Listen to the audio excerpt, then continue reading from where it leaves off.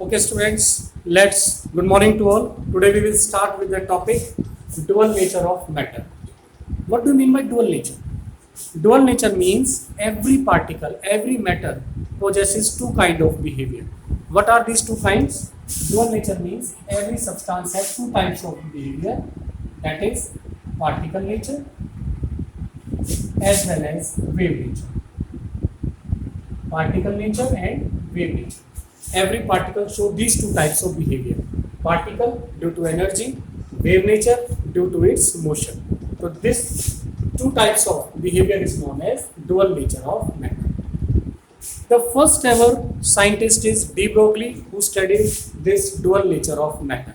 So he gives an equation which is known by his name, de Broglie equation. So we study de Broglie equation. What is de Broglie equation? De Broglie says lambda is equals to h upon mv. This is called de Broglie equation. What is lambda? This is called wavelength. Wavelength, always in meter. H denotes Planck's constant. Planck's constant. Its value is fixed. It is equals to 6.6 10 raised to the power minus 34 joule second. And m denote mass of substance, always in kg, and v denotes velocity of object, always in meter per second. In chemistry, units plays a vital role. The only problem which the student faces in solving the numerical is the unit. If you have the full mastery on the units, your numericals can never be wrong. So, lambda wavelength always in meters, h denote Planck's constant, value is fixed, never given in the question. You have to learn it. 6.6 10 to the power minus 34 joule second. M is the mass of the object, always in kilogram. V is the velocity of object, always in meter per second. So this is called de Broglie equation.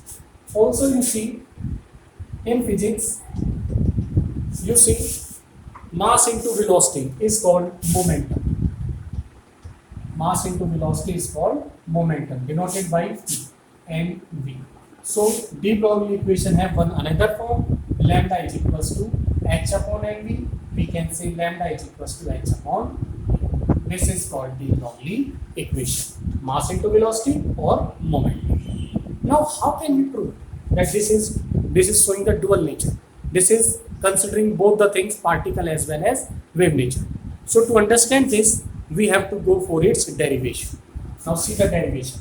From where this formula arises and how we will consider that it consider both the particle as well as wave nature.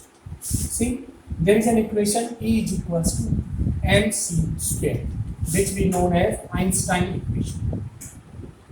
Einstein equation. And one we learn E is equals to actually in class 11 Planck's quantum theory. This is called Planck's quantum theory. So both deal with the energy. If left hand side is equal, then right side is also equal. It deals with the energy, it means particle nature. It deals with the motion, it means wave nature. So if we consider both these, h nu is equals to mc square. We know frequency is equals to c by lambda mc square. C cancel out C. If we calculate lambda, it becomes m upon c. Now see, what is this c? C is the velocity of light. If we left this equation as it is, so it means this equation is applicable only for light. But what we say, dual nature of matter. Matter means everything. So we replace this c, velocity of light, by the velocity of object. So c is equals to v. What is v? Velocity of object. And so our formula becomes lambda is equals to h upon mv, or we can say lambda is equals to h upon. Since this equation involves both particle nature as well as wave nature, so we say this formula is representing the dual nature of matter. Got the point? So de Broglie is the first scientist who consider both the things and give dual nature of matter. Now for the numericals. Most of the times velocity is not given in the question. Instead of velocity, we are provided with kinetic energy.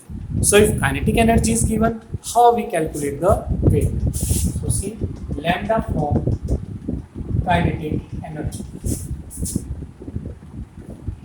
Lambda from kinetic energy. See, what is kinetic energy? Half mv square is called kinetic energy. In numericals, we are not provided with the velocity. So if we calculate velocity, what is this becomes? 2 into kinetic energy upon mass. And velocity becomes 2 of kinetic energy upon m. This is the velocity. See? Now we have to calculate the wavelength. We have to find wavelength. So what is the wavelength? The de Broglie wavelength? H upon m.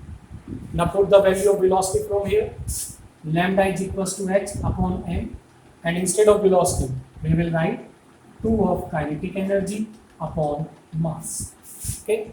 Now, if this is in the divide, if we solve it, then it becomes lambda is equals to h upon n under root m upon 2 of kinetic energy.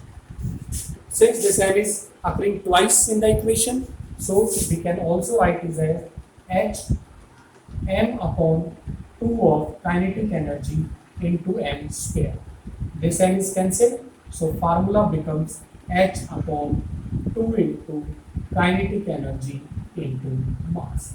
So this is the formula if we are provided with the kinetic energy instead of velocity. So this m is mass of object, and this k means kinetic energy.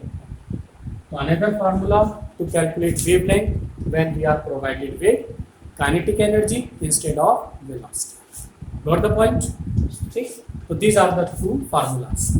Now we will see one more point where we apply this equation. So see the significance of de Broglie equation. If we talk about the significance, this equation is applicable to both microscopic as well as macroscopic, but is useful. Significant means useful only for microscopic particles. So this equation is applicable to both microscopic as well as macroscopic particles. But is significant. The important line, but is significant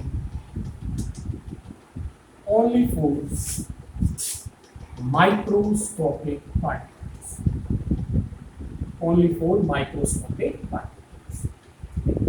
We can apply it for both macro and micro, but useful results is only for microscopic particles. So in next class we will discuss the numericals. This is the theory for de Broglie equation. Okay guys, let's meet in the next class. Thank you.